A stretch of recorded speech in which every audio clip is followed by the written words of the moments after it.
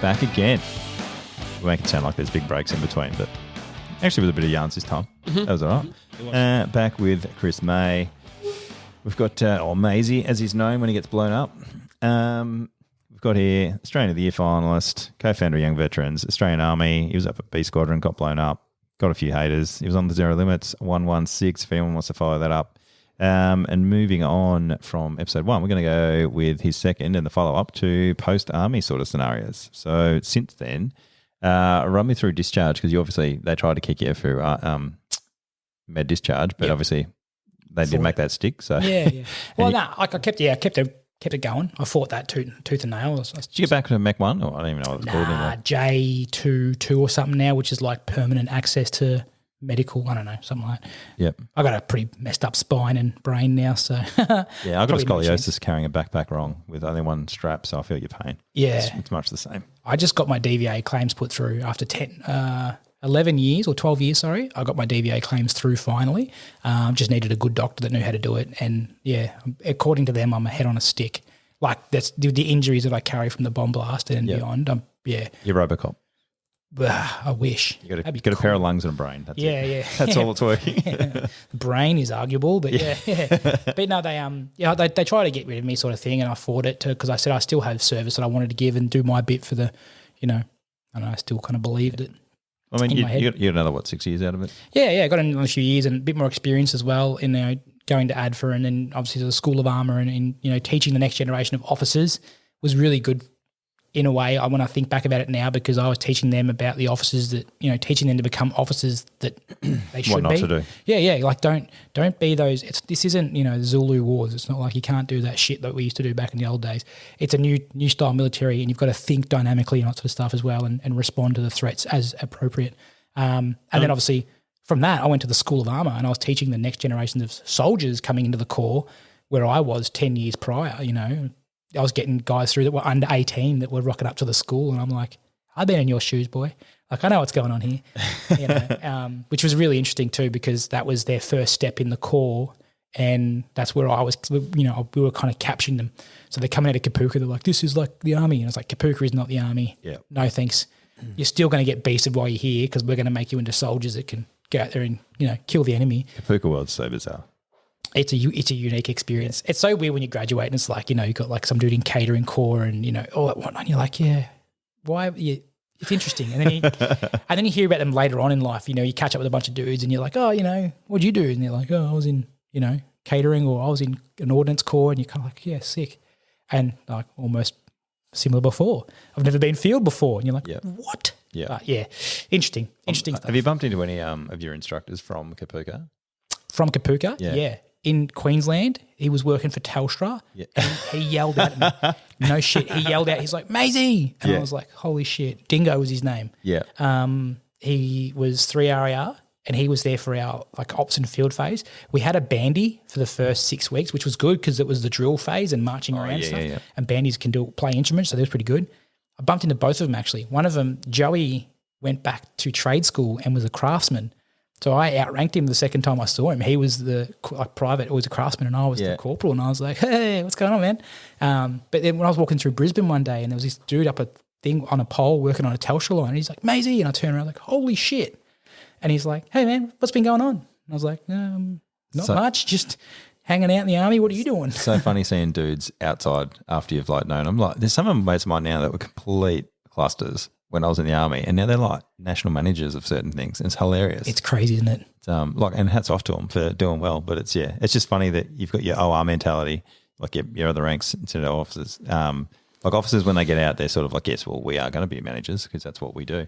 Going to go work as defence consultants. Yeah. Whereas like your ORs do, like they just it depends. Some of them sit there in the OR mentality and they're like, oh, I'll never be anything other than like the bottom rank. But other ones are like, this isn't the real world. Like the real world's different, and adapt and overcome. And then they just move up, and you're like, how is that dude who was such a liability out in the piss back in the day? How is he now a national manager instructing on health and safety? Like, that guy was a liability. 100%.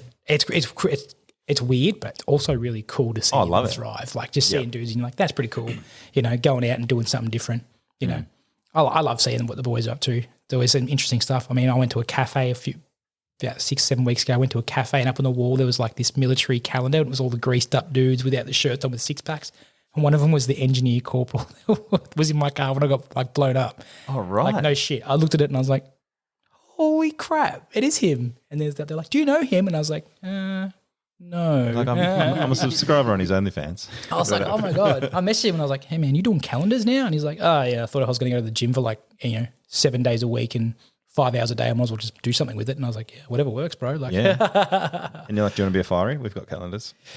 Yeah, they're not as good though. Speaking of, when did you leave army? You were instructing at Seymour? Parker, whatever Parker, called. I was at the School of Armour and I left in 2017. So what made you decide to pull the pin?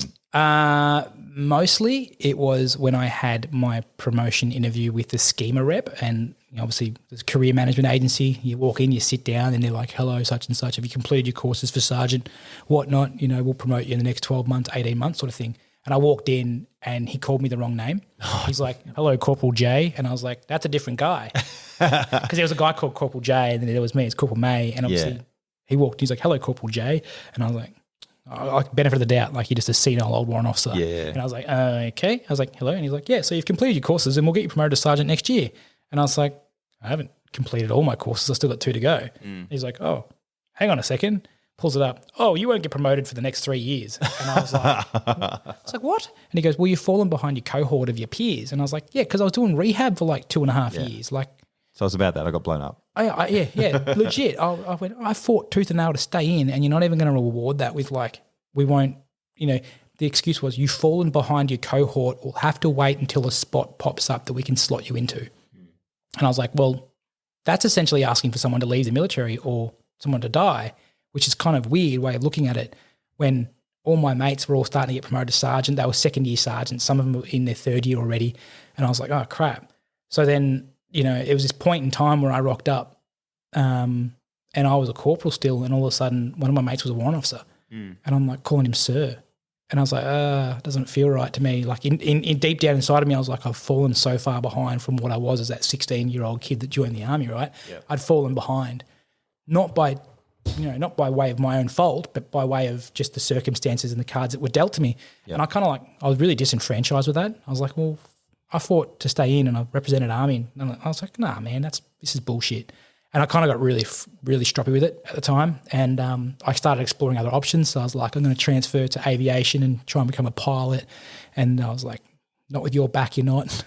And I was like, fuck, everything kind of revolved around my medical issues. So I failed AVMed, failed all the medicals that I'd done years beforehand when I was at ADFRA. Isn't it funny how quick you can fail medicals, but you can't get approved DVA? Yeah, I know, right? Yeah. And it was weird. Surely they go hand in hand, perhaps? Yeah, they would think they'd talk, right? But the weird part was when I was at ADFA, the RSM was ex-SASR, and he was like trying to coax me up. He's like, hey, man, go to Special Forces, you'll smash it, you'll be fine, blah, blah, blah. Never going to pass the medical because you have to do parachute training. It's too much shock loading on the spine. Failed that medical, failed the aviation medical, and here's me going, man, I'm screwed. And then I found out, there's a way you can go become an SSO pilot if you get your pilot's license external to the military, then you come back and then they train you up through BFTS and you go to your pilot's license. And I was like, sick. This is a backdoor in. Like, it's a roundabout way of going about it, but I definitely got a leg up here. And so I went and actually started my pilot's license, my CPL. So I actually enrolled in a CPL course, and I was like, I'm going to take this long off work. I'm going to do my commercial pilot's license. I'm going to get tooled up, come back to the military and be like, got my commercial pilot's license. I'm also military. Slam them together. What do you get? Pen, pineapple, apple, pen type of thing. I was just going to make that perfect. Pineapple pen. Yeah, I was going to make that perfect link and just give them the solution they wanted, thinking Army would bite that with not a chance in hell. And then I was like, all right, cool. So I transferred from regulars because I won the Jonathan Church Ethical Soldier Award. They said, you got to go to reserves so you can keep giving to Army. I was like, that's cool. I'll do reserves. How hard could it be being a Saturdays and Sundays soldier type thing? And I left, but I made it smart. My clerk was really good to me. She's like, hey, when you leave on the 21st of July. So you've already done 20 days for the year, and then take 12 months off so you don't have to see anyone in the Army for 12 months. You can grow your beard, do what you got to do, and get your system. And this is why you never give clerk shit. No. Call them a poke all you want. Just do not upset them to their face because they know so many things that they can help you out with. And I was helped so much on my way out. And then I transferred out, and they were pretty much like, in 12 months' time, call this number. they'll have a spot for you. Cool. So I disappeared for 12 months. I went and just did some soul searching, got my first job that was outside of Army doing security for the, those little things when you walk out of the shops and they beep at you? Yeah, I did security consulting for that company that does that. Good salary. I was in a corporate world. Fucking hated it. It was sucked so much. I was carrying around 2 mobile phones. I was getting paid good money to go drink, like go to 4 or 5 meetings a day and do nothing. There was no solutions coming out. I was kind of just taking them on the ride sort of thing. I was never actually giving them a solution or a problem to solve. Until one day I got this job and they're like, we want you to go find out how all these Apple products are going missing from this place. So I went there and I was like, all right, you've got security on every door and all these systems. I was like, but except the staff entry. So it's 100% the staff that are doing it, like easily. I said, how about we just put this in here. We'll put them in the walls and then you'll track them when they go out and you'll find the person. And they did that. They put 2 little things that cost them like $500 in the wall at night time when no one was there, sealed it back up, painted it. Staff member walks through, beep, beep, beep, goes off. They grab the guy. Police do an inspection of the house, find out he's got like thousands of dollars of stolen Apple goods and stuff. And then I got yelled at work because they're like, we were going to sell them this cool system that does this, this, and this and that, and you could have done this, and it would have been a massive thing. And I was like, that's unethical though. Like, that's bullshit. And so anyway, I was like, this job's crap. Thank you for the offer. I'm leaving. So I left the job. I just kept looking around, and then I found this job that popped up and said, do you like being in the bush? And I was like, not really, but yeah, sure, why not? And it was like, join Forest Fire Management today, and I put application in, and essentially it was just a forest firefighter. So in Victoria we have, the urban firefighters being the paid ones, the volunteers, and then we have forest firefighters who are paid firefighters, but they work in Crown land. They wear the green uniforms, and put an application in. They're like, what experience do you have walking around in the bush? And I was like, heaps. I'm like, I can walk around in the bush. I can carry a chainsaw. It's like carrying a rifle. Like, it's not hard, right? And they're like, yeah, have you ever been in a firefight? And I jokingly was like, yeah, not the type where you fight it, like with the fire. Like, it was just a dumb joke and they didn't get it. And I was like, all right, yep, cool, different organisation. And then I got accepted into the job, and my first day there, I rocked up to the depot, and this guy walks up and he's like, hi, I'm Scott. Saw my backpack, and he's like, oh, you ex-Army? And I was like, yeah. And he's like, I'm X2, are you? And I was like, sweet. And he goes, this job's perfect for us because you go from working for the government wearing a green uniform and carrying a gun to working for the government wearing a green uniform and carrying a chainsaw. He goes, it's so easy. And I was like, oh, awesome. Love it. And then I got that job working there, and we went out to all the big bushfires, and, we were doing hover exits. So you'd get taken up in a helicopter, they'd hover above the mountain, you'd get off and you'd walk down to the bush and use a rake hoe and chainsaws and create firefighting breaks, and that was wicked fun. They're like, oh, do you have any experience with machines? And I was like, yeah, I had my license to drive a 13-ton armoured vehicle before I had my P's, so I guess. And so they're like, cool, you can operate the excavator and the skid steer, and we'll get you on the bulldozer in a few years so you can do it. And I was like, yeah, cool, sweet, love it. I fell in love with the job, but I found myself doing that over summer when there was bushfires, but then in winter. So it's seasonal, isn't it? It's seasonal. So yeah, come winter, there's not much to do in winter. Are you still getting paid? Not in winter, no. So you end of the season comes around and they go, yep, sweet, and they do their fuel reduction. Contract, don't they, for a certain amount of months or something? Yeah, if eligible sort of thing. So you have to do like 3 or 4 years before they offer you like a contract. So it's locked in place. So you're only seasonal. So they just walk out and they do their big fuel reduction burns, like the back burns that everyone thinks are called back burns. They do their fuel reduction burns for safety in autumn, and then come around like April, around Anzac Day, they're like, yeah, sweet, see ya, last day. And you're like, crap. And then do you have to reapply for the next year? Yes. So you got to reapply for the next year. So it's never really frustrating, never guaranteed sort of thing. Yeah. So here's me. I'm now 12 months out of the army. I've just finished my first season as a forest firefighter, and I'm like walking around, and all of a sudden I'm like, oh, someone said to call this number. Call this number, and it's like, hey, Captain such and such. And I was like, hey, what's going on? My name's Chris. I'm a ex-reg. I got told to call this number in 12 months when I needed to do Army Reserve work. And he's like, yeah, cool. What's your availability? And I said, winter. Like, what do you got? All day, every day. Yeah, I was like, what do you got going? He goes, we need people to go to Pucker. And I was like, cool. I know Pucker like the back of my hand. Yeah, my locker's still got stuff in it. Probably. Yeah, no shit. And I rocked up there like, yeah, we need to go field. So I go up there and I'm teaching the exact same thing that I was teaching when I left the army, but now to reservists. So they're not even at the same level. It's still baby steps for them. So they're like, you're going out field, and they're like, okay, their first day out field, because at Kapuka, they're doing the reservist Kapuka, they've never actually put up a hoochie. And you're like, okay. So you have to show them that. It's like, okay. And then you go, hey, guys, this is how you set up your shelter at nighttime. They're like, great. Now, tonight they're doing their baby nighttime walk because they've never done a patrol with night vision. And you're like, all right. They went to Kapuka, right? Like, they've done the same basic training. They're like, they've done a version of Kapuka. It's not the version you did. So they've got to, it's baby steps. I'm like, that's cool. So here's me walking around, and they thought I was a jet because I'm walking around this part of Puckapunyal that I know like the back of my hand without night vision. And I was like, where are we on the map? And they're like, oh, I think we're here because that's – and I was like, see that hill over there? That's Coxcomb. That's just here on the map. I'm like showing them. They're like, how do you know that? And I was like, mate, yes, just skilled, yo. I just looked at the stars and I know exactly where I am at. Don't you worry. And then all of a sudden, though, like I remember back to my time at ADFA working with the old RSM who was SAS. He used to wake me up at night time and teach me celestial navigation. So here's me now like teaching these young cats celestial navigation. Like, yeah, this is Betelgeuse. It's like, no, you grab that, you do this. Here's your fist 7 times down to the top. Did you say Betelgeuse? Yeah.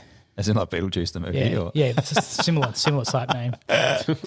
I like it. Stars have got weird name, man. So, but yeah, he's teaching me all these star stuff, and then I'm like walking out showing all these young cats about stars, like Sagittarius and Pisces. And, like all the constellations and how to use them, and they're like, oh, this guy's amazing, and I was like, yeah, whatever.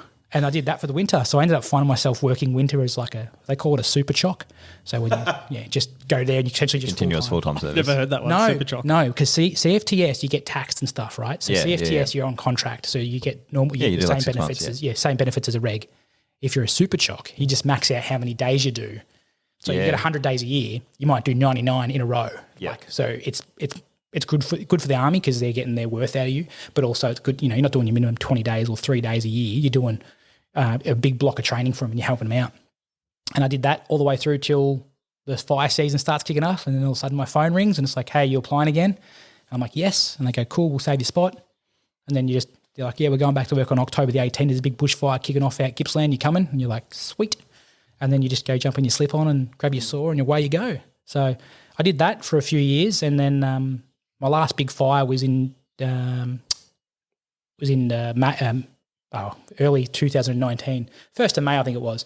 We had the big bunyip fires over the other side of the city. It was like a lightning strike. I was meant to go to like Kinloch and stuff? Nah, more like towards Bunyip and in Gembrook and in the mountains up there sort of thing. We had a big one. It was a Friday afternoon. I was meant to go run a Spartan race for charity like on Friday. Friday Arvo. Did the RSM tell you to go do?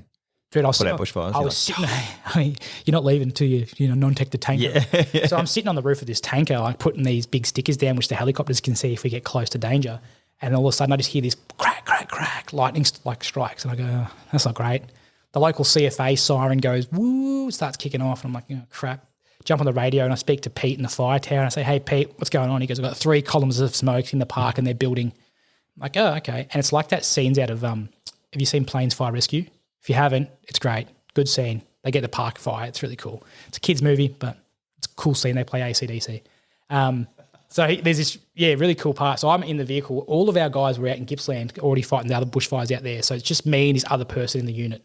And we're like, okay, looks like we're going out there to try and fight 3 fires at once. Pete's on the radio and he's like the fire tower guy. And he's been up there a long time, like 30 years. So he knows fire really well. He's like, hey, they're building pretty quick. We need to get eyes onto them. So I get along, get to this ridge, see 3 big columns of smoke. And I'm like, yeah, get me the CFA. I want like 30 tankers. They're like, cool, you've got 5 aircraft coming your way. And then I jump on the phone to my boss. I'm like, hey, this is what's going on. There's one here. It's going to threaten houses the next couple of hours. There's 2 that are in the middle of the park, national park. They will build up overnight, but if we can keep them in the park, they're not going to affect any houses or anything.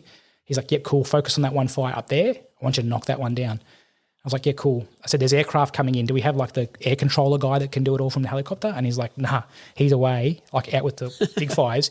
You've got experience talking to aircraft, don't you? And I was like, to say you were JTAC? I was like, I've spoken to an F-16 once when I was overseas and I wasn't a JTAC, and I was like, this is making my heart pound. And then they're like, you've spoken to aircraft before? And I was like, yeah, but not like this. And he's like, dropping water, dropping bombs, same thing. And I was like, oh, righto. So I jump on the radio to this guy and I'm like, hey, Firebird, this is Parks Victoria. My name's Chris. I'm on this vehicle. I'm located in the fire. I've got my beacons on. Fire's moving uphill. There's houses above it. And he's like, yeah, cool, man. Thanks, bro. Appreciate it. Comes in, those big choppers, like everyone calls them Elvis. Yep. It wasn't Elvis, it was another one. But he comes, boom, smashes it. Another one comes across, smashes it. And get a phone call from on the radio. My boss called me up. He's like, "How you going?" I was like, "This is great fun." I'm doing zero firefighting here. I'm just coordinating a few helicopters that are just dropping bombs on this fire. Anyway, we smashed that one into submission overnight, and then that fire kicked off into a really big fire that took about 2 months to really kind of put out completely. Like, you know, we lost 29 houses, jumped over the top of us. It was a really intense couple of days, and whilst we were doing the recovery phase, you know, taking all the hazardous trees, cutting them down, making sure no one's going to get hurt. I'd applied for the Metropolitan Fire Brigade in Melbourne as a full-time job. My phone rings. You're like, "Hey, we're going to offer you a spot in a recruit course in July. Are you keen?" And at this point, I was like, "Oh, well, I would like a full-time job, so I'm not doing the super chock thing in the winter. Like, I would like to be able to get a buy a house and, you know, kind of transition." I was like, "This is a good opportunity." So then I said, "Yeah, sure." So I signed up and I started my recruit course, another recruit course for the Metropolitan Fire Brigade in July of 2019. And my first day I walked in there, looked across the room, and one of the guys that was the medic in 1RER on my first trip, he's like, "Hey." And I was like, "Oh, hey, how you going, man?" And we hadn't seen each other since 2009. Yeah. And he's like, "Oh, what are you doing?" And I was like, "Same thing you're doing, like, you know, fire brigade stuff now." Have a geezer, mate. Have a look around. Read the room. Yeah. And we kind of, you know, really bonded over that 22 weeks and did the recruit course in the fireys. And it's all been uphill since there. You know, really How's it compare the recruit school there to like army recruits and stuff? It's obviously not as in your face yelling, but I'd assume there's still some sort of bonding experience and stuff. Yeah. We you know, the first 4 days you go away to a team building camp up in a winery, you know, and Have heard this. You go do nice little team building exercises, like getting across the ropes thing, the little obstacles together, and you got to learn everyone's name so that over the next 20 weeks you actually bond as a group. Actually, I mean, as much as I take the piss out of it, like the other boys that said it, he goes, you actually learn so much about each other before you start. Yeah, and you do.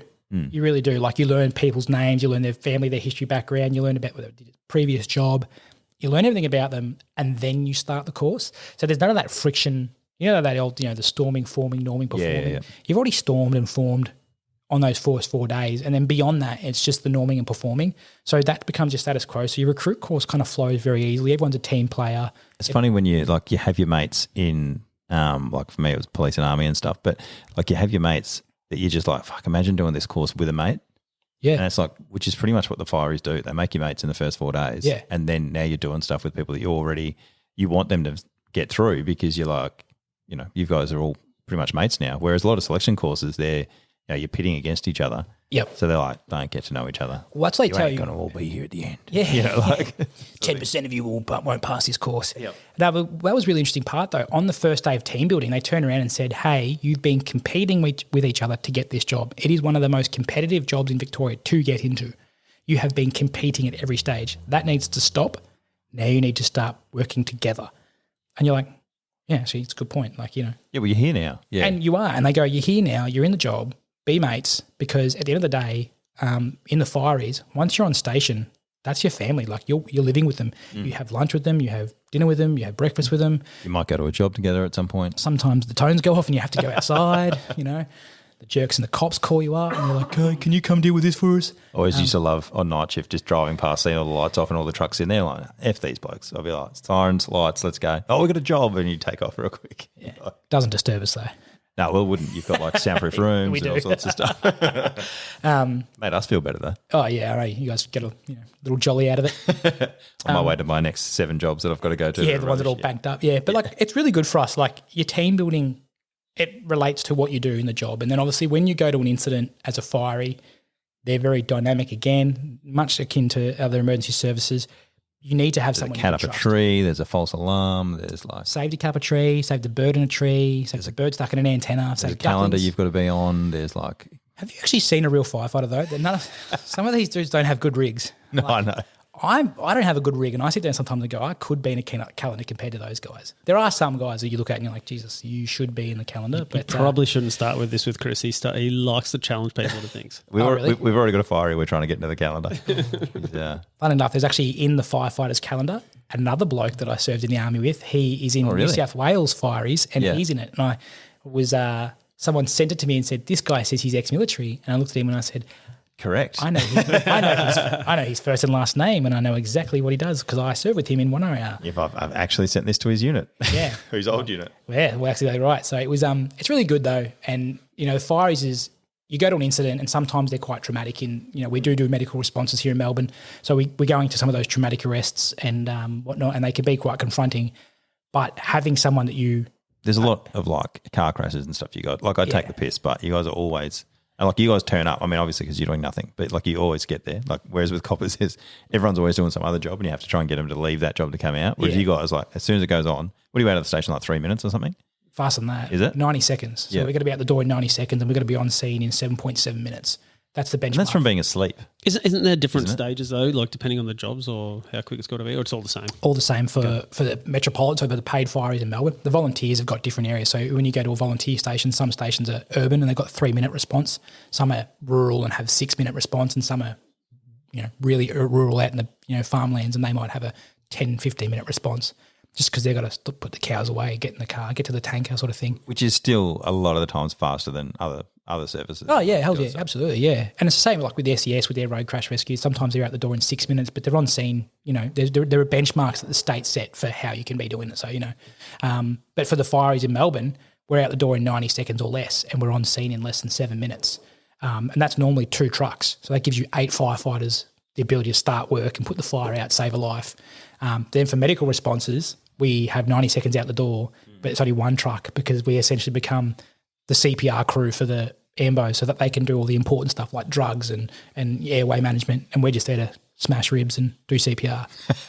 Yeah. That's what the other fire we had on there is like, as soon as you start on CPR, he goes, you will crack ribs. Oh, 100%. Yeah. He's like, it's gross. And you always get the meathead fires that come in that spend too much time in the gym and they push way too hard and you're like, easy mate, Nana's already in a bit of war. Nana's brittle at the best of times. Nana's are very brittle, yeah. But then obviously when we go in, we've got to create the space too. So like, when you're the first one in the door and there's someone unconscious, it's like flipping beds up onto the wall. You want to create that big space. So that's good to have meathead fires that can flip couches. And even though it's completely unnecessary, it's like 7 meters away. Like flip that fridge. You're like, clear a spot it's the other room. Like, But no, it's a really good job. And obviously firefighting is one component, but there's so much more to what we do in day-to-day life. That is it HART, the high altitude rescue team, or is high angle rescue? Yeah, okay, so we call it ropes rescue now. You got HAZCAM. You guys got heaps of stuff. Yeah, so there's hazmat, there's trench rescue, there's urban search and rescue.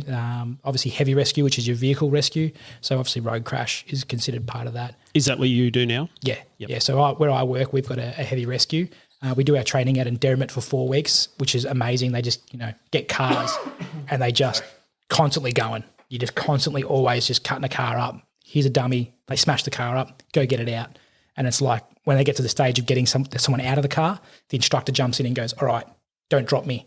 Yeah. And I was like, when I did my course, I was like, hey guys, just FYI, when you're the casualty, don't drop them because it's scary as shit. Like I've been there. I got blown up one time. Just don't know if you know. Yeah. It's a bit hard when you've been on podcasts saying it. But yeah, it's really cool though because I find that my brother, he got out and went to VicPol. He loved it. And I've got lots of mates of mine that are like Army Reserves and VicPol are like, they're just littered together. But there's so many mates of mine that are in VicPol and in other state and territories police, and they're like, police is great. I love it. And then you speak to every now and then, there's this one chill dude on a reservist course and you're like, hey man, what do you do? And you're like, I'm a fiery. And they're like, me too, man. And you're like, that's cool, bro. And they're like, I used to be a cop, and then I was like, yeah, F that. Yeah. There's so many cops. I would love to see a fiery go the other way just to see how they did with it. I've contemplated. I know you said you're talking about doing but it just for the notoriety. I did try for the cops a while back, and I passed the first bit, and I've failed something after that, and I'm like, yeah, whatever. There's no way known someone that could pass a fiery thing would fail the. Oh, it might have been back in the day. Well, how long ago was it? It would have been 2018. Interesting. Yeah. I'd maybe just having one of those days. You might, were you smoking a blunt when you went in? You might have done it. The brain injury came back for a bit, I think. But no, I had a crack at a few different states' fire services as well, and they've all got different aptitude and physical aptitude tests to get in. And so, the one in Melbourne, a lot of people fail the hose drag just because it's a completely weird test where it's all about the friction coefficient of the rubber against the concrete on the day, So, there's a lot of science of the firefighting side, but then people getting in, they forget that, you've got to have a bit of strength to get in. But it's a great job. You get to go some amazing things, and house fires are not every day, but when they do happen, you're pretty pumped and ready to go. Is the job that you're doing at the moment, is that based in one area, or because it's sort of a specialised part of the fire is, do you move around a bit more to go to different jobs? Yeah, so there isn't a rescue truck at every station. They're in different parts around the city. So there's like 6 rescues around the city, and we cover a larger area than the fire trucks. So, for example, where I'm located, the fire truck that we're situated with won't go as far as the rescue. The rescue will go further east, further north, further west and south because it's got a bigger area to cover. But there are other trucks that will cover that. So for fire coverage, it's normally only about 5-6 kilometres around from the station. And then for rescue coverage, it's a bit further. Yep. And then when one's tied up, so like let's say, for example, one of the rescues out in Sunshine gets tied up at a call, the comm centre. That area becomes bigger. Yeah, it's just they move them around. So they kind of like shift who's got bigger areas. And you might get what they call it a move up. So you might get told you have to move from this station to that station to cover a larger area because there's only a finite amount of that rescue resource available, which is the same for most things too. Like, our hazmat specialists are all based in South Melbourne and Hallam and then at Corio. And you've got High Angle Rescue, which is at Dandenong, and then Richmond and I think Geelong City have got some rope rescue guys as well that are pretty good at their stuff. But there's specialist gear around, and obviously once you're in the job, the options for you to do specialised roles are out there as well. So do you guys call it in the job? In the job as well? Yeah. Okay. Coppers did that. I thought you guys might have been like on the truck or something. On the gear.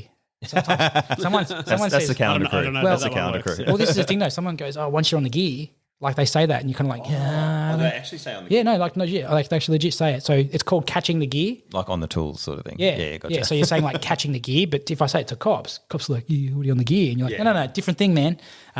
So like, It's like gear didn't always mean to juice. yeah, exactly. Or meth. Yeah. Yeah. So like we do, so people go, well, you go to work at shift change. It's not like military where it's like these are outgoing, these are incoming. It's like you rock up half an hour early and you stick your head in and you're going to go, "Hey, someone want to go home?" And they're like, "Yeah, I'll go home." And they'll, just one for one. And they'll go, "Can you just catch the pump?" Or, "Yeah, what gear are you catching?" "Oh, I'm catching the rescue." "Yeah, I'll catch that for you," sort of thing. Like it's just a really, that's cool. really chilled environment sort of thing. And it's kind of like, if you need to get home early on a Friday night to see the kids play sport, someone might come in early for you. But like the work-life balance is very different. So for me being military coming across to this, I was like 2 day shifts, 2 night shifts with 4 days off. Like what am I supposed to do with 4 days off? What am I supposed to do when I'm like sleeping all night on the shift? Well, that's the other I've got to do thing. stuff during the day. Yeah, you rock up to work and they're like, "Right, mate, it's your first day on shift." And you're like, "Okay, what do I do?" And they're like, "You Wait. sit here and you wait for a call to come through." And you're like, "Cool." And they're don't like, annoy us. They're like, "Also, you're cooking lunch. What are we having?" And you go, "Oh, snap, I got to cook food for you guys as well." Like, you might get tasked with doing that, or, there might be like a fire ed. They're like, "Hey, we're going to go to a primary school and you're going to teach the kids about fire safety." That 100% anyway. better than you guys' job all day, every day. Oh, yeah, 100%. Yeah. But I love doing it. I was going to say, not a bad gig though. No, it's great. The kids are so much fun when you get them. You got to do the whole, what number do you call 000, and you got to get the thing out, make them crawl, crawl down low and go. And like the common safety part, going to the schools and getting the fire truck out and you say, "Hey, look, if you've been really good this week, next week when we come back, we'll let you squirt the water in the fire truck." Oh. And you're like, "Yeah." And you're like, "Whoa, kids are psycho." We used, we just ran out of numbers, but we used to have like proactive stuff. It used to be heaps cooler. Like you'd be at, I remember when I was working at Burundara, which is like Q, we went to, probably 14 years ago now, but we went and there was like a traffic school. Yep. And so you would sit there and you'd direct traffic while they're on their bikes and stuff. And they were like, I did that cool. as a kid. Oh, did you? I did that program as a kid. I was like, this is sick. You ride around your bike and someone's like, "Stop, you got to wait." And you're like, now you go, give way to the right. But there's a like little bank there and stuff like that. Kids would be like, "Oh, we're robbing a bank while the cops are here." Like it was funny. It was good times. We get some really random questions. Like when I do the fire eds with the kids, I always tell the kids at the start, "Do we have any questions?" Remembering that a question is something we don't know and a statement is something we know, and you're just telling a story. Yeah. And it's like, "Any questions?" "Yep. My dad did." And you're like, you're stuck there. We had an absolute perler about 2 or 3 months ago. We were in there and there's one kid, and when you can just pick the kid and you're like, "Yeah, you're going to ask something dumb." Like this kid was doing the hands up in the air, wiggling little around. Johnny or whatever it is. They were just like, vibrating on the sitting in circles because they're holding it, just shaking with their hand in the air. You're like, this kid's going to ask me something so left field I'm not prepared for. So I was doing it and I was like avoiding that kid. And one of the guys goes, "Hey, you've been so good. You've been sitting here, being such a good kid. What's your question?" And she goes, "Do you brush your teeth?" And he's like, "Yeah, why?" And she just out of nowhere just goes, "Why are your teeth yellow?" And all of the fireys and the teachers lost their shit. They're all laughing. And I was like, all right, moving on. Any other questions? And they're like, do you brush your teeth at the fire station? I was like, any questions not about brushing teeth? And we lost it completely. And the prep teacher's like, no, man, that's game over, man. Like, it's done. This is all day now. That's going to always be the firefighter with the yellow teeth. And then, the best part about being a fire is as soon as you get in the truck, no matter what job you've been to, how traumatic it is, how bad, as soon as those doors shut, that's a safe space. Like that's your mental health debriefing session beginning. And we just absolutely went to town on this bloke. I thought you were going to say, and he was traumatized. Oh, I think he is now, yeah. We went to town and we're having such a cack-up laugh about it back at the station and just having a real good time. And did you pass the tin and get his teeth whitening? He went on leave to go to America and we were I was trying to get like Colgate sponsorship to put things on his locker and all that sort of stuff. But yeah, I was like, can't do that stuff anymore. Yeah, I know, right? I was like, but you see a lot of practical jokes at fire stations are pearl. Like the real good simple one is just grabbing someone's locker, wrapping it in foil, turning it upside down, putting it back in its place. So you rock up after a month on leave and your gear's wrapped up in foil and you're like, what's going on here? Your birthday, you're never safe from getting wet. So if it's your birthday, put your phone in your locker and your wallet in your locker and just walk around knowing that you're going to get wet at some point throughout the day. Like you will get isolated showers that are directed directly at you. And that doesn't mean be inside because they will come inside because they've got a lot of spare time, right? So what they will do is they'll come in, they'll hose you down and all of a sudden all four of you are now cleaning carpet. So, well, we had weather warnings. People used to post that when I was army on a course. We had people would put a thing on there saying weather warning on your door and you'd be like, oh, fuck. But obviously meant you were in someone's sites. Then you're like, got to lock everything, I got to do this, do that. And then somehow people get in and you'd go out and it was like, and it'd just come up with category, like somebody just write category and what it was. And you'd be like, oh, fuck, what's this mean? And then you'd open the door, you're like, there's literally nothing in this room. Well, I don't get what's happened. And they're like, category 5, mate. We saw it. There was a tornado and it went from your room out to the oval. Oh. And you're looking out there, I've got a perfectly set up bedroom. Out in the middle of the oval. Yeah, that's great though. I miss those. I miss seeing creativity. I love it. That's the part that I love. People used to see it at Kapuka when I was a recruit, and there would be the old cyclone drills where they just swap rooms across the thing, and it was just ridiculous. But I remember seeing one that was so precision like that at Pucka. They actually took all the stuff in his room and then set it up mirror image outside in the car park. Yep. And it was like, if you're going to live like a grub, you can live like a grub outside, was the lesson. And he cleaned his room after that. He's like, okay, I'll clean the room. Yeah, no, you got me fair call on that. He literally just went, yeah, okay, carpets in the chin. Yep. People are coming, parking their cars and just driving around this bed. I love that people are just like, yeah, well. Yeah, somebody made a mistake. Yeah, exactly. Like it's not weird. Like it's just, you drive out and you're like, well played that, man. Yeah. And because you look at it too and you're like, the amount of effort they put into stuff, that's measured.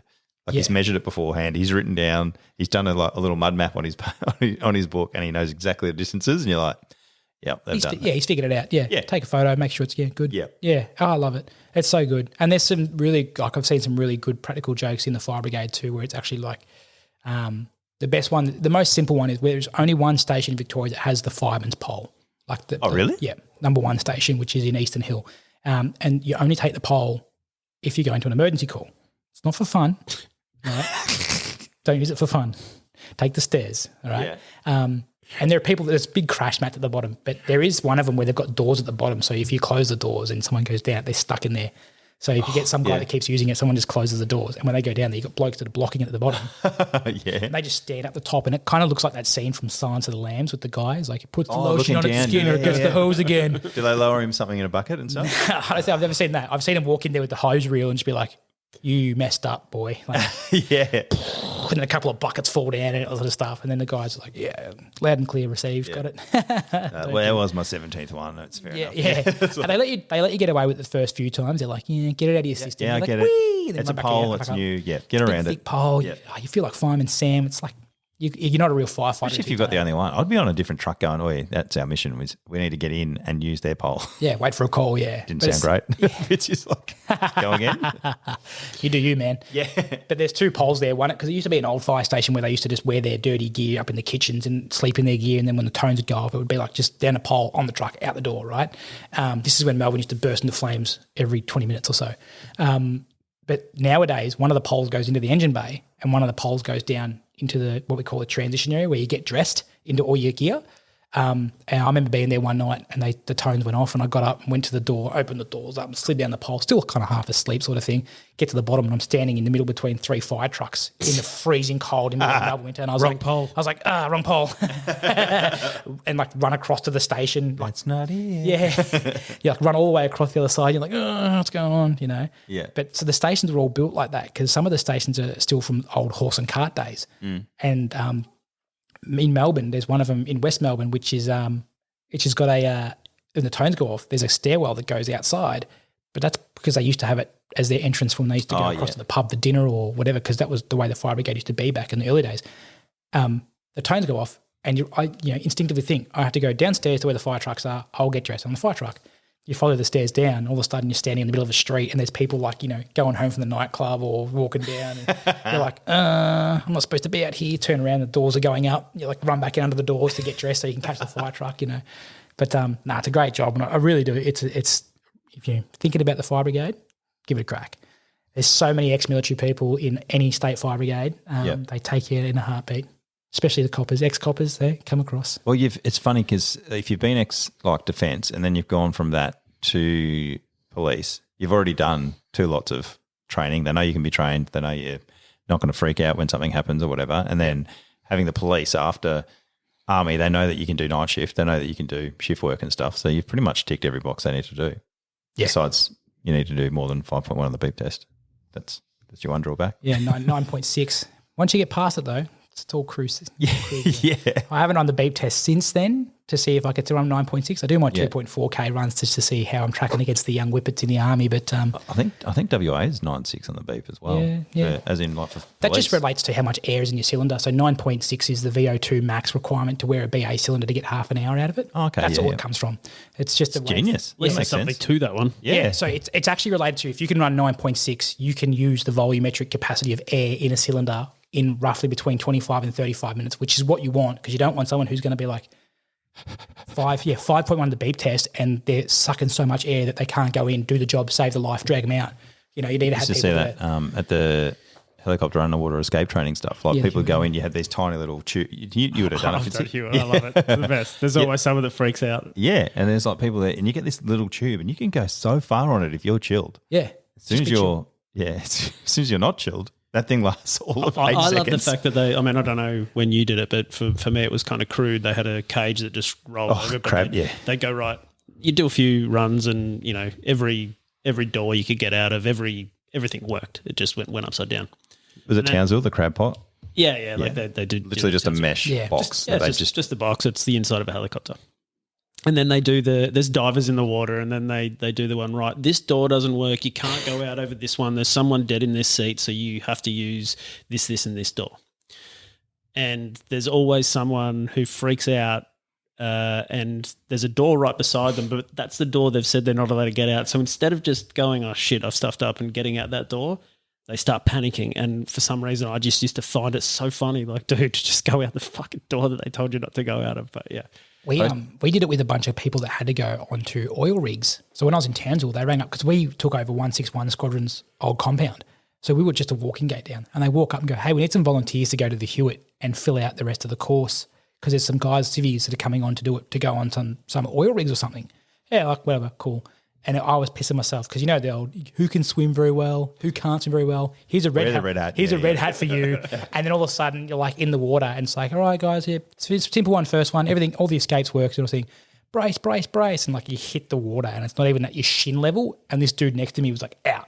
Yeah. And like the safety guy's holding onto the cage, he sort of kicks him back into his seat and goes, sit down. But it's also dangerous getting out of it. Yeah. So the crab pot wasn't so bad because it sunk so fast because it's just holes. Yeah. With a little bit of metal around you that you can't get out of. But the other ones now with the Black Hawks, they hit and then it rolls. Yeah. And stuff. And if you start trying to get out when it's rolling, you're going to get roll done over, in hard. Yeah. And that's what we did. We did the one that rolls over. And they're like kicking back down, like sit down, rolls over.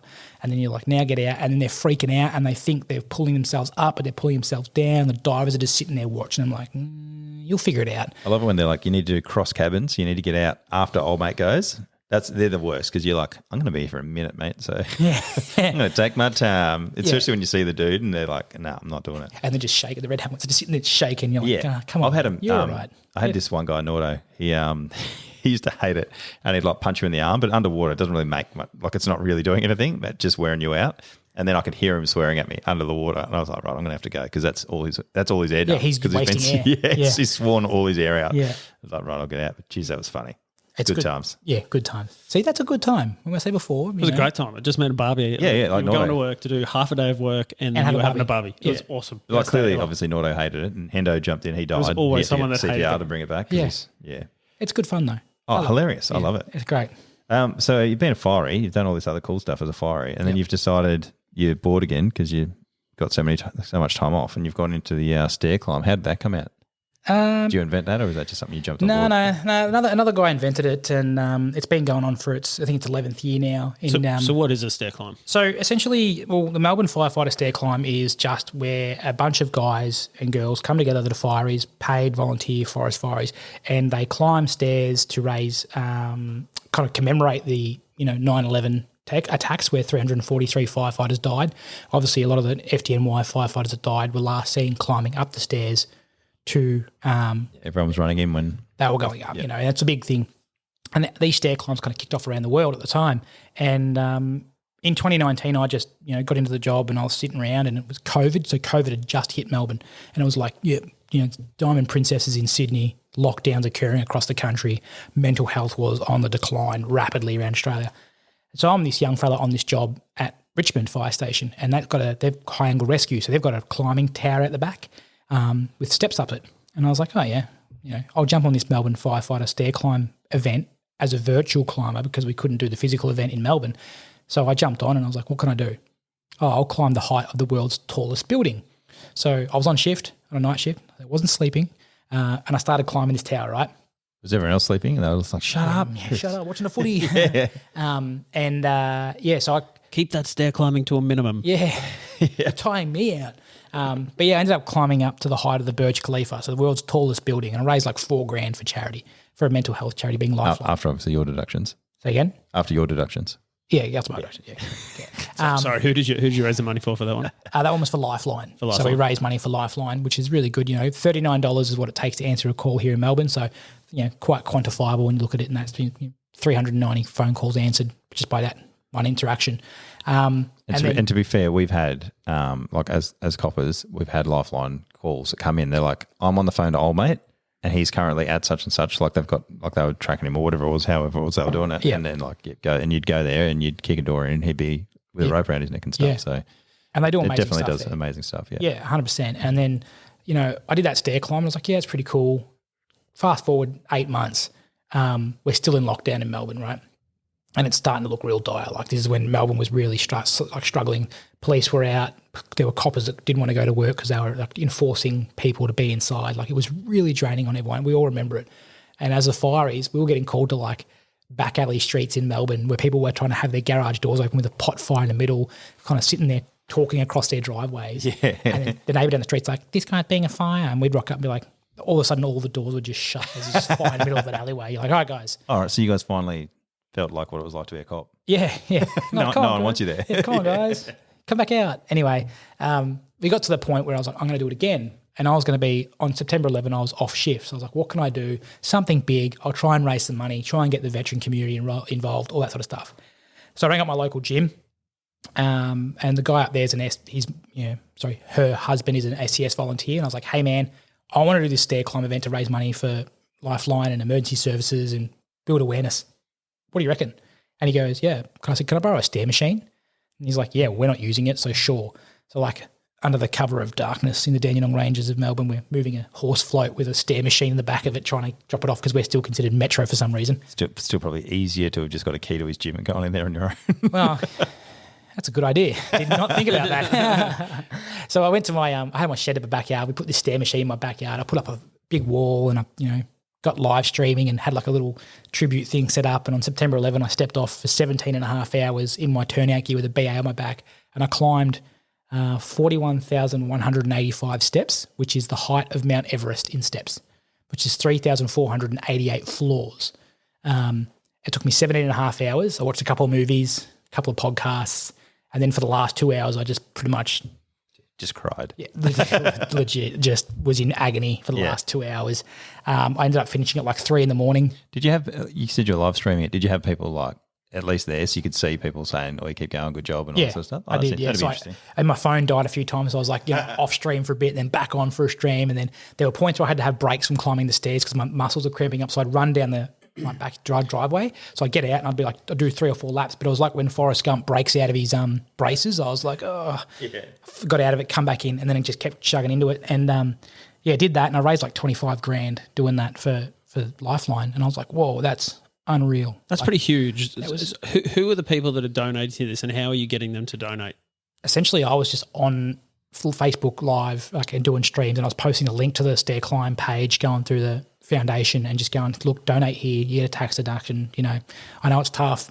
There are people out there that are doing it a lot tougher than you. Like, that was my whole message the whole time, was like, it's shit. I get it. I'm with you. We're doing it all together. Just there's someone out there who's worse off. And then I was going to work. And then at work, I was seeing the other end of it. We were responding to medical responses for people that weren't making the call. So anyway, I did that one, and then the COVID lockdowns finished. I got married a week after the lockdown finished, and I was like, this is great. Everyone was like, hey, such a good effort on the stair climb, well done. And then we did our first one back. So traditionally, the Melbourne Firefighter Stair Climb climbs 28 floors of the Crown Metropole with their gear on, their firefighting gear, and with the breathing apparatus on your face. So you've got a finite supply of air and you've got to climb up there as fast as you can. Now, there are some people that can do this climb in like 3.5 minutes. Caveat, I'm not one of those people.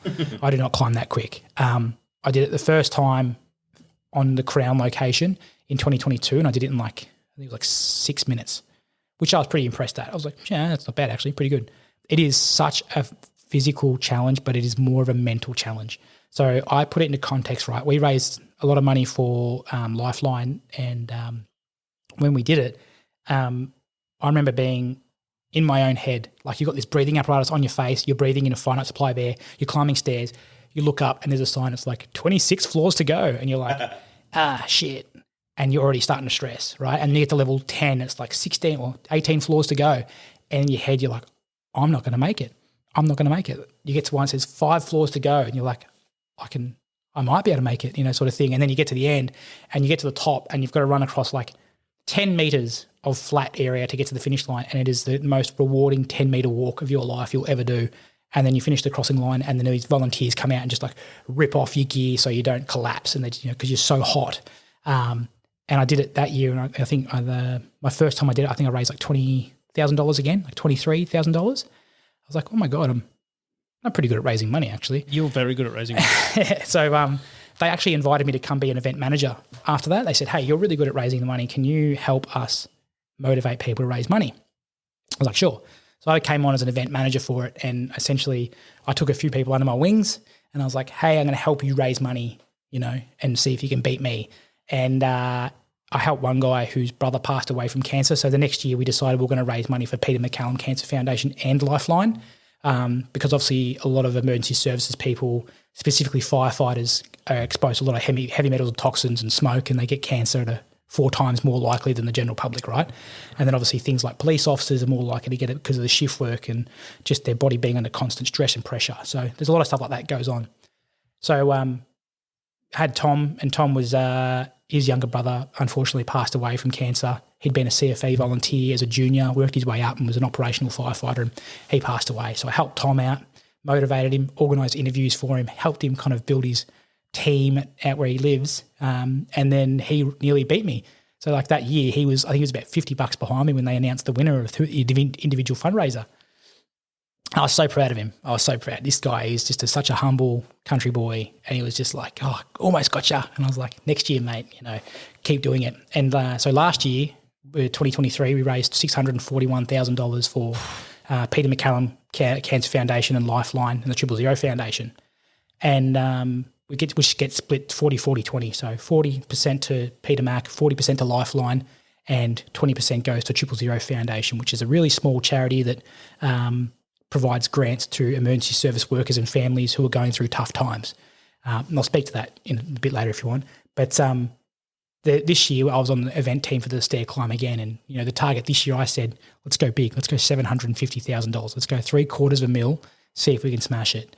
And we had our stair climb on September the 7th, and before the first climber stepped off to climb the tower, we raised $750,000. And as of half an hour ago, we're sitting at just shy of $800,000 raised for Lifeline and the Peter MacCallum Cancer Foundation and 000 Foundation, which I think I figured it out. Thank you. But good work on the button pressing there. Yeah, producing's hard. But yeah, when we did the math. Well, I forgot to lead with this. Oh, did it again. Wow, twice. This one's what I forgot to go with when you start telling. Yeah, you talk about 85 stories. I'm like, I should have been doing that 24/7. But I think it's probably the thing that's probably got you off is that you're probably the easiest guest that Chris has ever had. We're sitting here listening, and I don't really even have to ask a question. You start to talk about the next thing before we even have a chance to ask a question. You're onto it. It all rolls into one sort of thing, big story. Sorry, but he's actually got his own podcast. He's a professional, so. Yeah, I can tell. But we did it this year, and we raised nearly $800,000. And when I quantified that to speak to this, if old mate's listening, the $320,000 that we give to Lifeline on October 10, which is World Mental Health Day, that will answer 8,205 calls for help at Lifeline, and they receive 1 million calls a year, which is pretty impressive. Like, obviously, the work they do is unreal. If you've ever been in a first response for a mental health or an issue like that, you can actually see the benefit of having Lifeline around. So it's really, really nice. But then obviously for the Peter MacCallum side, we've actually raised more money than the AFL did for the AFL for the Peter Mac Cup, which they had at Marvel Stadium. So for me, I think this year I just ticked over 15 grand for the stair climb, but obviously I wasn't focused so much on my individual fundraising. I'd kind of motivated a group of people to do that, and they're doing their own little stories now, and they're building their own destinies. But as an event, we've raised, we're 200 grand shy of $1 million. And is that all firefighters that have participated under, or is that other people in the community? So we have had, this year we had firefighters from Victoria. So we had CFA, FRV, we had forest firefighters carrying chainsaws, we had Vic SES carrying up their search packs they do line searches in, we had Vic Pole, they rocked up there and carried weight vests up there as well because they don't have firefighting gear, but they came and got involved as well. They do have boys that have gas masks and stuff on that they could have used. Next year I'm trying to get them involved, but they're a bit tied up this week. There's public order response team. They have it, but there's also a critical incident response team have gas masks and stuff. And the other boys that we don't talk about. So I've thrown the there's only 4 of them, so they're busy. I've thrown the gauntlet down for the port guys to come down next year and actually try and do it. Yeah. Yet to get a bite, but it'd be good to have them come up and do it just to show that they're what their skill set is and how they do things. We also That's probably why you haven't got a bite. Oh, they're the blokes with the shields. Yeah.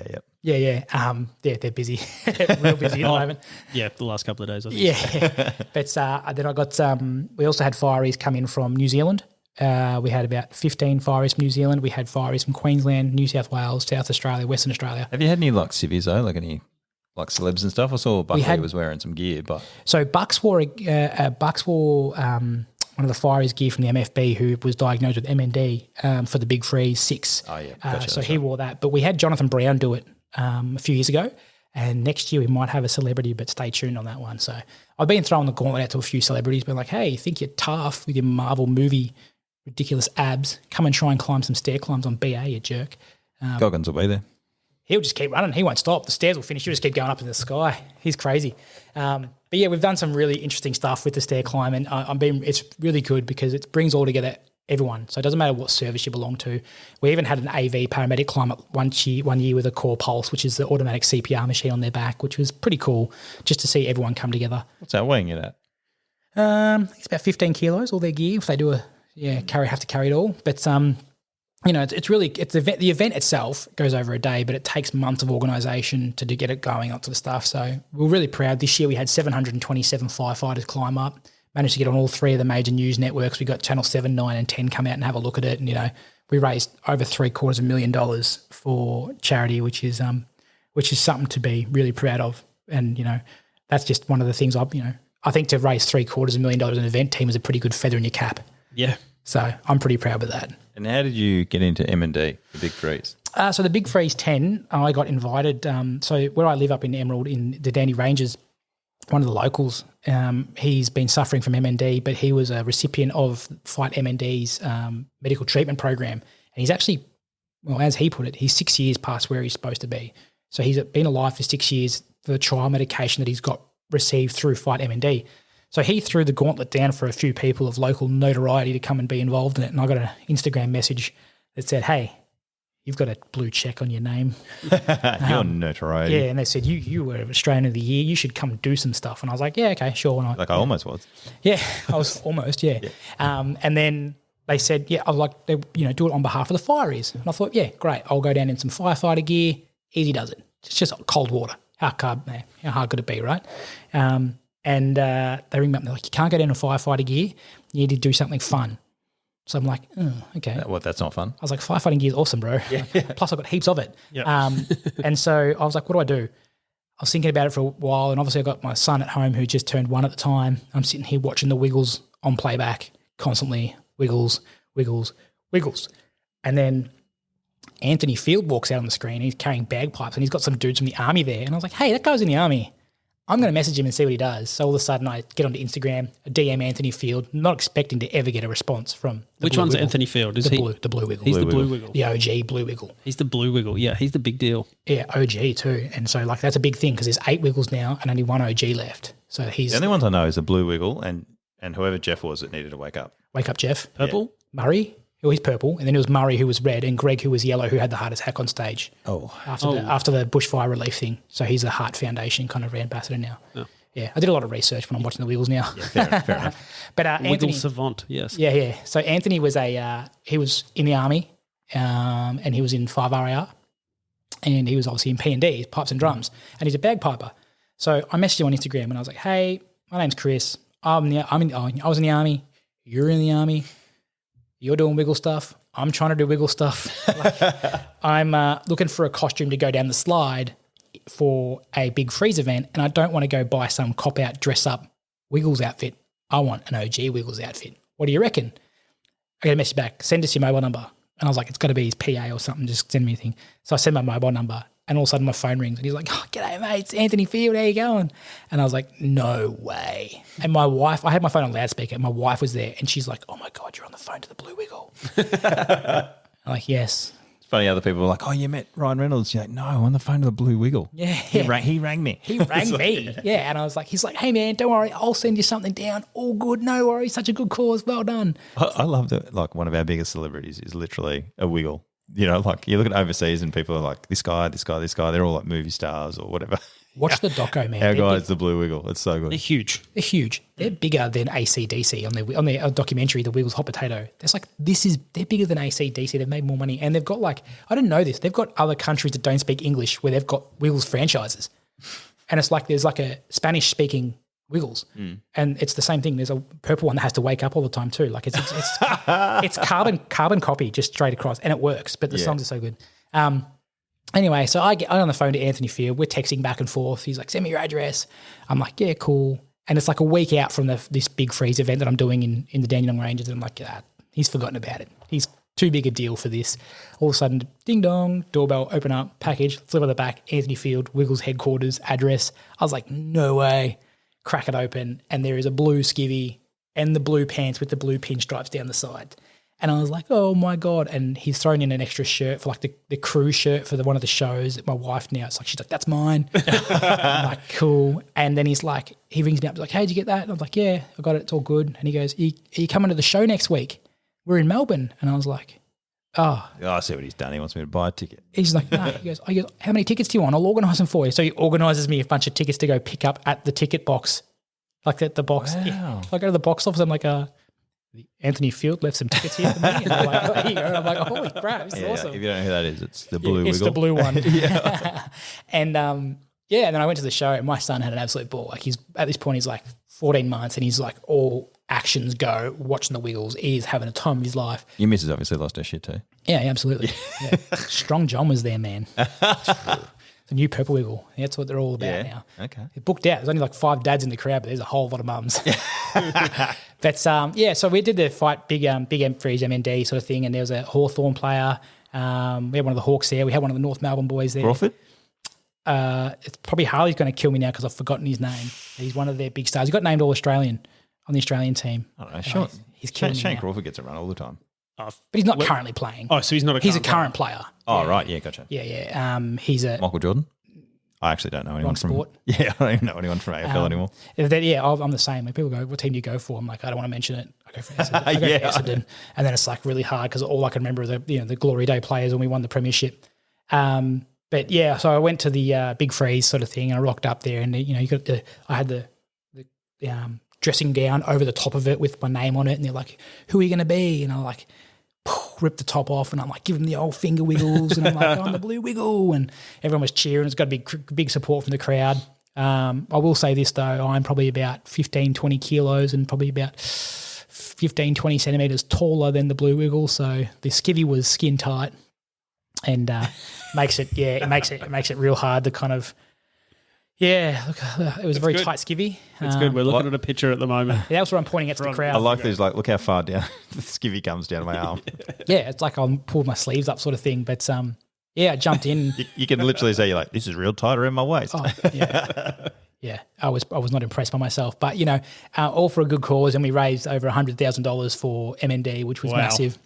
And we're pretty fortunate that Matt, who was the guy who's suffering from MND, he got to go to the Big Freeze at the MCG and was a part of the day there. And, as someone who's got MND, but like I was saying before to you guys, MND is something that you can get genetically, but obviously there's, reasons you can get it, which is exposure to toxins, heavy metals and that sort of stuff, which is Murray Swinton was the firefighter that Bucks wore his gear down the slide.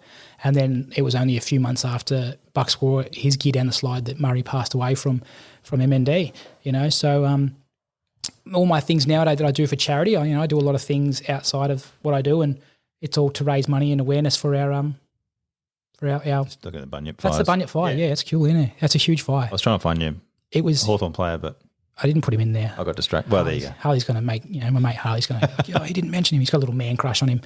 But really humble guy. Not a jai. Not jai. No, mate, once he hears this, because you obviously got the notoriety that he's looking for, we'll have him on. He can say his side of the story. Come inside and tell his side. Yeah, exactly right. But, it's really, really Gets a right cool. to reply, this non-Shane Crawford dude. Yeah. Oh, it's going to kill me now. I'm really good with names normally. But yeah, like all the charity stuff that I've done is all kind of aimed at, how it affects people in the community, but more so our emergency services, first responders and military veterans and that sort of stuff. So, if it affects firefighters or it affects, our emergency services anyway, I'm all for it. But, I did that walk for the 000 Foundation where I raised an extra $7,000 just from walking from Point Nepean to Melbourne, which is like 125K. But I did it wearing my old army pack, carrying my old fireys gear in the back that weighs 20 kilos. And I just kept walking. And I walked the whole way. And when I got to Mount Martha, the crew that was there set up like a catering thing and they got like pasta dinner. But they also had one of the guys that I carried the Queen's baton for the Commonwealth Games, John Pingiaro, who I handed the torch over to. Fucking guy. He passed away, so they brought out his gear and they showed, here's his gear. So I've done a few things. I was there when they pasteurised milk. I was like, cool story, but I saw some guy, he showed me this bread where he sliced it. And I was like, yeah that's cool, but I actually sliced it. I didn't think it was a big deal, but old mate ran with it. I was like, cool, man, do your thing. Yeah, it's better than cooked bread, cooking it twice. That's how I invented toast. But no, it was, the walk was really cool. Like, and the downside of the walk was when I finished it, I organised for a couple of people to come down to the State Control Centre from the EMV department just to kind of go, here's a round of applause, well done. But because we were sending, we go, all the SES were going up to Queensland. Yeah, I'm better. Well, how's this though? When all the SES were going to Queensland, they were all at the airport saying goodbye to the SES volunteers that were going to Queensland for the storms. So when I finished the event, I walked past number 1 station and they kind of threw a bucket on me and hosed me down like they do. Shook my hand, gave me a high five, and I walked around the corner of the State Control Centre where I finished. Soaked. No one was there because they'd all gone to the airport to see all the SES off. So there's like a photographer standing in the street like, are you Chris? And I was like, yeah.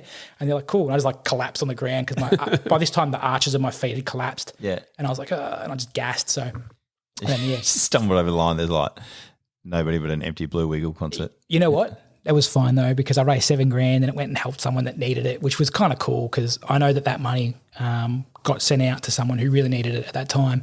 So it wasn't about getting the claps and the applause and stuff, but it was about raising the money, which I did, and it helped. I think it helped 2 families that needed it more than we did. So that was pretty cool too. Right. And- So what's next? Well, one Sorry, more thing Chris. that I was going to jump onto was the Shaka Foundation. Yeah, the Shaka How'd Project. that come about? Yeah, So much to talk about here. Yeah. Because of all my stuff I've done with the mental health over the years, I've done stuff in the military talking about mental health. I'd left the army, I was talking about first responder mental health, and I've been helping other people. I'd suffered with mental health. I've come back from mental health. I've suffered mental health. I've bounced back and forth from strong and weak points and sort of stuff. And my mate sent me through saying, hey, you should apply to be a Shaka Project ambassador just because of what you've done. Like, it's impressive. And I was like, I haven't done that much. Like, it's not a big deal sort of thing. And he's like, no, you should do it.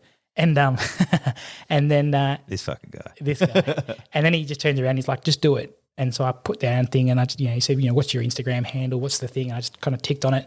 And then I just got a message saying, hey, you've been selected as an ambassador for the Shaka Project, which is, it's not a big thing. It's about opening the topics and talking about mental health and saying it's okay to not be okay. It's okay to talk to your mates. It's all right for blokes to cry. It doesn't matter. Mental health comes first, and speaking about it on the initial instance is what's the big picture is. Don't feel you're not supported. Even in the community, there's people out there that want you to be around. And sometimes just asking someone, hey, you okay, bro? And giving them the shaka back is enough to let them know that you love them and you care for them, sort of thing. So that's all it's really about, is just making sure the conversation's started and you maintain that conversation and checking in with your mates and your peers and keeping an eye out for those signs and symptoms that we know that, can really be the downfall of someone's mental health. So that's where that kind of came about. And I think it's just another thing I've got on my Instagram profile now that I just keep, because I've always been speaking about mental health and it's just kind of something I just rolled into naturally. Do you have anything that's worth bringing up with him? Because we're supposed to be speaking to him this weekend. With Sean? Yeah, is there something I can ambush him with? Or Yeah, you could probably ask him about it. I think he's done an amazing job in what he's done. Like, I look up to him. that's not where I was getting at. I wanted like something where he's like, He wouldn't have expected. yeah. Oh, no. Yeah, like I get he's doing good stuff, but what's he like? What's he not doing? Yeah, what's something I can ambush him with? Where he's like, remember that time Nothing you went to bad, but yeah, just a story that he won't know that. No, I've never. We'll talk off air. I've never actually. Funnily enough, I've never actually met him face to face. Oh, really? I've only ever met him via the Zoom meetings that we do and the catch ups and stuff, because we're all over Australia, sort of. Yeah. Thing. And he doesn't live that far from me though. But we're so busy, tied up in our normal lives, it's hard to catch up sometimes. So, Yeah. But good guy, does great things. Very proud of what he does. He's doing amazing things, and it's all about mental health. So that's what it's about. End of the day, it's not about him or it's not about me, but it's about making sure everyone else there is good. How's this bloke's media training? No, he's not bad, is he? He's got some throwaway lines. You He's can got see some that he's catchphrases. actually got media training, you and me. I'm just seeing how much we've got to learn. Hold your hands like this, Yeah. and Oh man, I get real Ricky Bobby. That's why I don't film half of these things. It's like, what am I doing with my hands? Just Yeah. sliding up and down the screen. I did it for the 7 on the stair climb day, and I had my hands in front of me and I had to grip them together like that. Oh, yeah. But I started my hands behind my back. Yeah, at ease, yep. But I started my hands behind my back and I found myself started doing the old rock back and forth. Yeah. Which for camera is the worst Terrible. thing you can do, because Yeah. they're like, hey, you look like you're having a fit. Yeah. So I was like in front and I was like, Yeah. singing, am I doing this? Surely you had one of The industry super trying to Yeah, look yeah. at you like, oh yeah. Yeah. All of us had a bloke at the army. Oh yeah, yes. I do that. Yeah. I'm not bad for that. Hey guys, yeah, you go. Yeah, they got Like and the triple double, click. like the click. Yeah, that's what I do. Yeah, you got to do both of them into it. Yeah. Yeah, guys, just boss wants us to go do this. Yeah. Stop it. This Yeah. this visual thing's really going really well for the podcast. Yeah, I know, right? Yeah. Are you speaking of? Are you getting back into your podcast? Yeah, I would like to. I'm still figuring out. Don't do how a to- plug here. You might get 40 people that listen. Oh, sure. I got a little podcast that my mate Tommy and I started, which was Dad Ready Podcast, which was speaking Dad about Ready podcast. Dad Ready Podcast, which is about becoming a dad for the first time, which I thought I'd have time to talk about stuff on a podcast when I had a child, and turns out children are very difficult and They're quite time demanding, aren't they? time consuming. Oh my God. Always want something. Yeah, but It's always about me. yeah, but it's a wild ride, and I think being a dad is something that's interesting. As a working dad, as being a veteran, as being a dad who's also going through his own mental health journey, sort of thing, having another life come in that looks to you and idolizes you, and you see him walk out in the morning, he's like dada, and you're kind of like, whoa, this dude like actually relies on me to supply and look after him, and he's excited to see me, and it's an awesome feeling. But obviously that can be quite overwhelming for a lot of people. So So you know. what's his name? Shadow? Shadow. Are you calling him Shadow just to make up for it? He's little Henry. I named him after actually my Opa, who was in the Dutch resistance in World War II. Okay. His name was Henricus. And then it worked out that on my wife's side, there was a Henry as well. So we're like, hey, we've just solved the problem of naming a kid that satisfies both families. Yep. So, little Henry's my little man. He's an absolute terrorist at the moment. So, like, going through your Instagram, obviously you're not dealing with issues with having a bigger brother that would put you in a shadow at all because you've only done 75,000 things since. Yeah. Trying to prove yourself as your own journey. Yeah, I've done a fair bit. And being the youngest of 4 boys, I think you've got, a little bit you've got to live up to. So they still call you Shadow or they've accepted you now? Nah, but my parents and even our relatives and stuff will always get our names wrong. So, like, even my mum and dad, you call up and they're like, hi, Scott, Christopher. And you're like, seriously? Like, I've been on this earth for 35 years now. You should know my name by now. Yeah, my brother was always Chris Scott. It's killer. But, you just go with Maisie now. That way you can't get it wrong. We had the same nickname, so just go with that. Yeah. Call something simple. But it's, you got to forge your own destiny in this world and you got to keep it going. So hopefully whatever I do next is something that's, I don't know, exciting, fun. No ideas of what you're doing next? I've had a few ideas floating around of something I want to do. So they're on the down low or? No. Look, my wife works as a neonatal intensive care nurse. So she works with premature babies, right? And I think there's, ever since COVID, we've seen a lot of people that are suffering, and it kind of links into mental health. People that are struggling mental health issues, especially women and dads that are struggling, can actually cause an environment where the baby's born prematurely. Yeah, right. It's like illnesses and sicknesses can make you have a baby early. And those babies have got a really tough battle. Like, we talk about having battles, right? You get old and you have an illness or an injury. These babies are born into the world and haven't done a single thing, not one thing wrong, except being brought into the world, and they're already fighting for their life.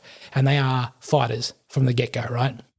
And some of the stories my wife's come home with, and she kind of confides in me and said, this is what's going on.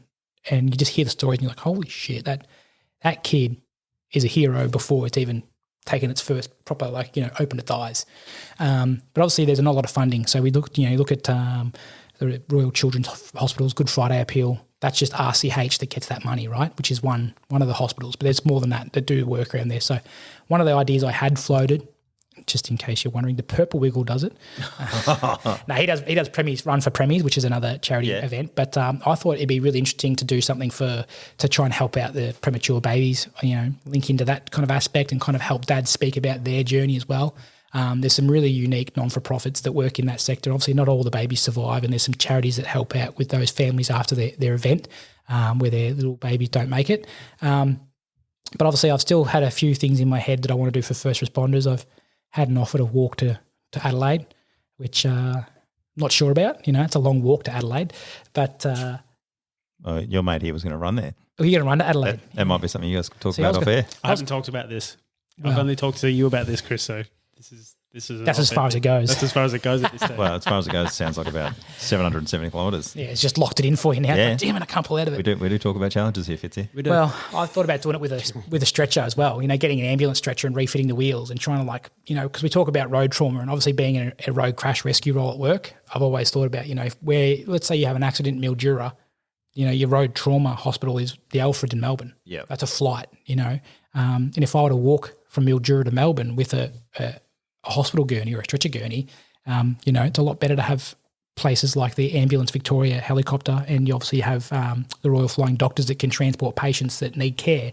But obviously all those things cost money. Yep. And the road trauma programs that are out there, obviously, remember the old TAC commercials where you used to get shit scared out of you?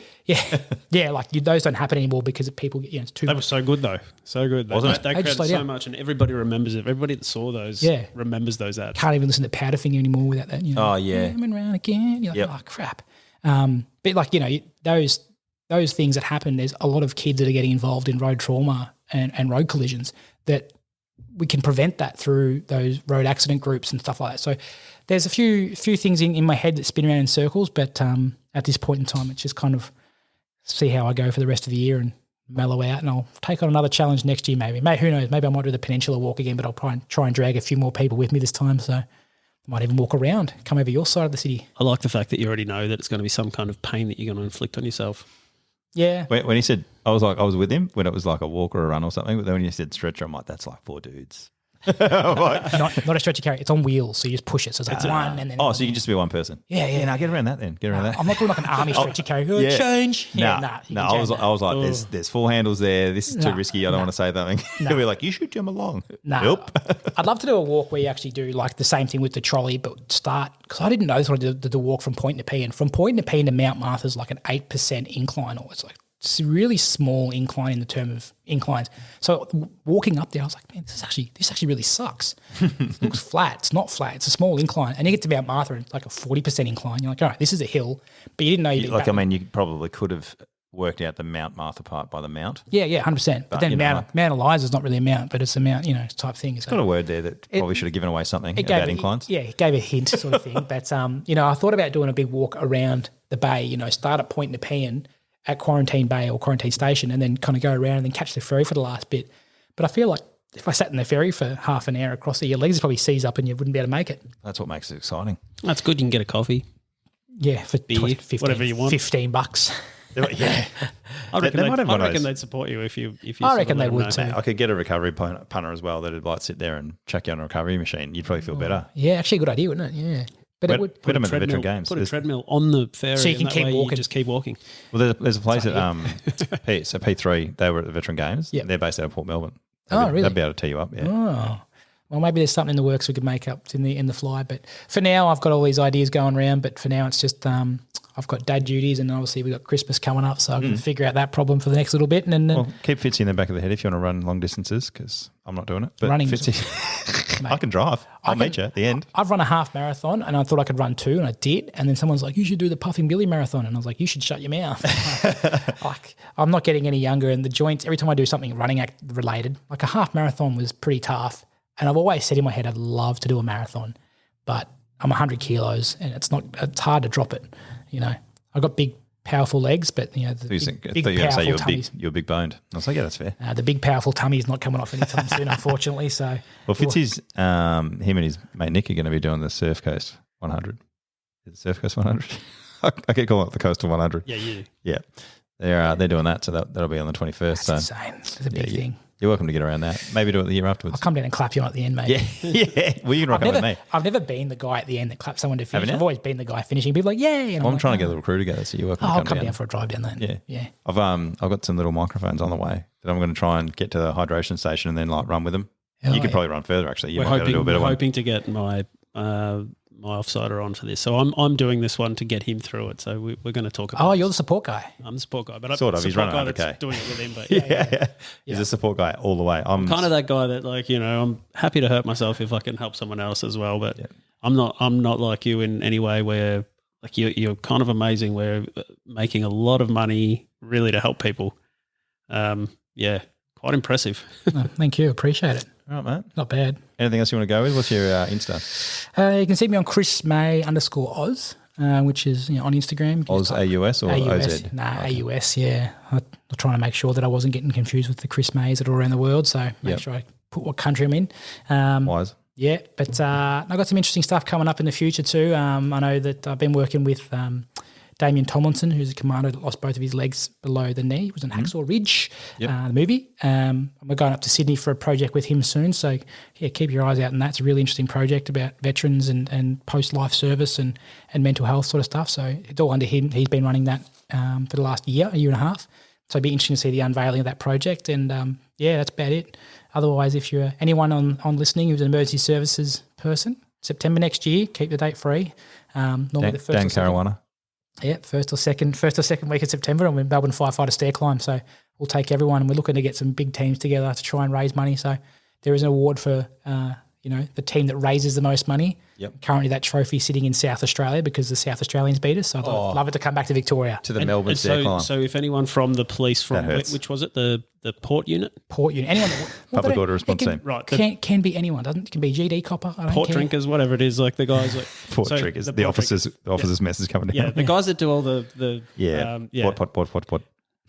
That's what they sound like when they run around. When they run around, they're like minions. The protester guys. Yeah. So the protester guys, if anyone from there is listening and they want to get in contact with you, best place to do it is through. Yeah, come through Insta and send us a message. Through Insta and Chris May. Yep, Chris May Oz on Instagram. Come through, send me a DM, slide on in.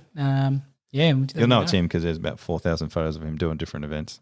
Yeah, if you scroll through, there's all the firefighting helmets and the charity events, and then you'll see the blue wiggle. You'll see it. Yep. You'll see it. Is there? Yeah, that's all really good. All right, mate. Cheers. Thanks very much for stopping by. No, thanks for having me. Appreciate it. All right.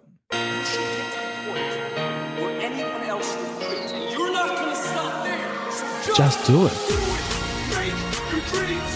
What's the worst that's going to happen? Just do it. Simple.